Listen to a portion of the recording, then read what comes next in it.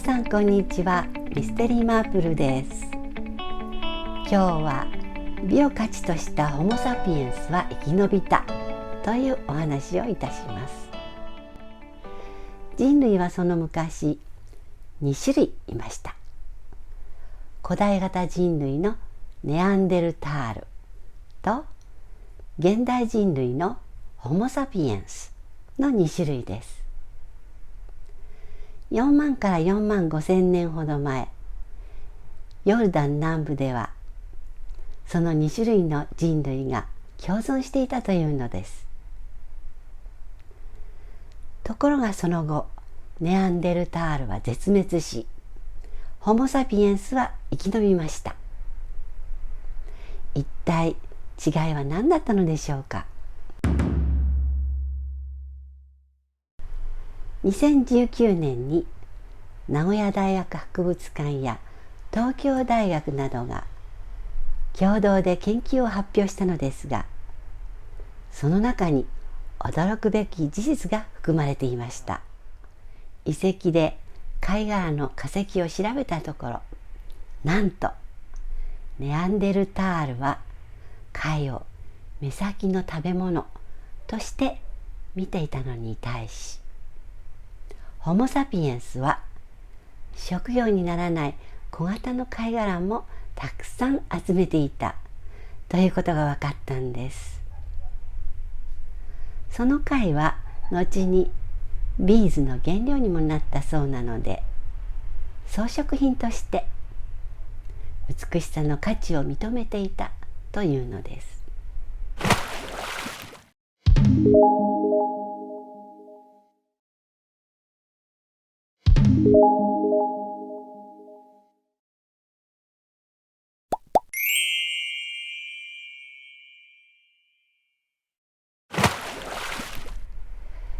美しさを価値として採用した集団が現在まで生き延びた。このことはコロナ以降の生活にも大きな疑問を投げかけます。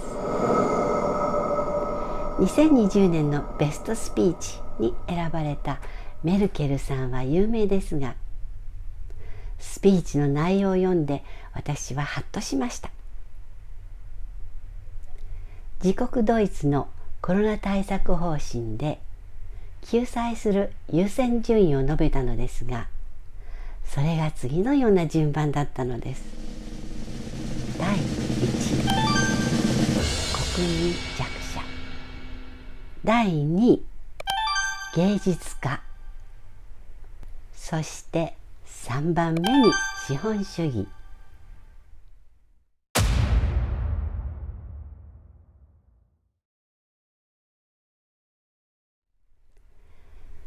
美はコロナ期に不要不急と考えられがちですが、メルケルさんは必要不可欠と考えていたようなのです。これはあたかもネアンデルタールとホモサピエンスの違いを端的に象徴している話ではないでしょうか。脳科学では前頭前野で美を感じると、ドーパミン、オキシトシン、セロトニンなどの神経伝達物質の分泌が多くなるそうです。それらホルモンの作用によって多幸感や安心感を覚え、やる気が出るんだとか。それによって世の中に暗い影が差しても明るく生き抜けるのかもしれませんね。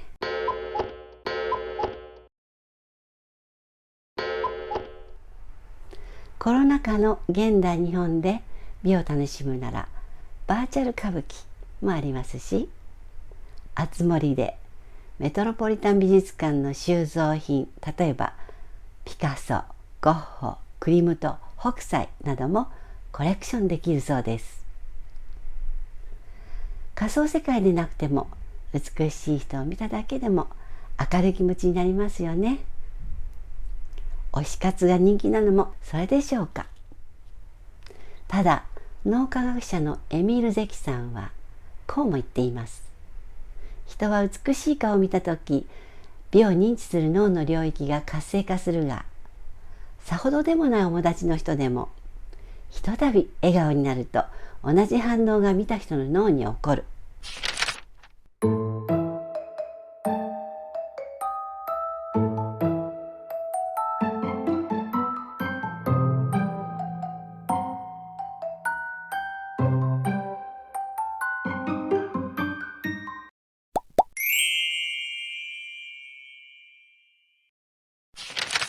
皆様のような美しい方が笑ったりしたら、その効果も倍増かと思います。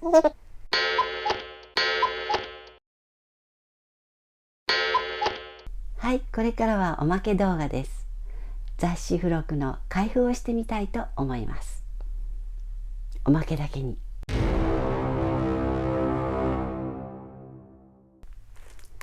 さて今日はグロー12月号を開けてみます。天海祐希さんが表紙ですね。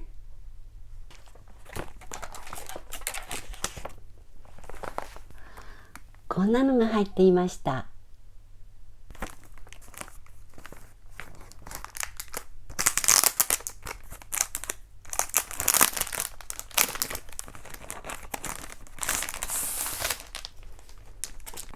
わあ、綺麗。なんと英国王室御用達ウェッジウッドの万年筆とボールペンが入っていました。付録でウェッジウッドのペン2本ってすごくないですか？お得ですよね。まずは万年筆から。ブランドを象徴するワイルドストロベリー柄。この柄の活版操作大好きなんです。続いてボールペン。こちらはウェッジウッドブルー。綺麗ですね。上質感にあふれています。両方とも長さ14センチとのことなんですが、真鍮の本体だそうで、重みも感じられて高級感があります。ウェッジウッドのアイコニックな柄の文房具が手に入るのはこの付録だけなので、ファンにはたまらないですね。雑誌には美文字練習帳もついています。これからの時代、美魔女じゃなくても美文字でしょうか。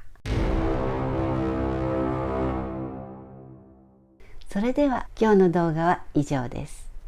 よろしかったらチャンネル登録をお願いします。ご視聴いただきありがとうございました。ではでは、またね。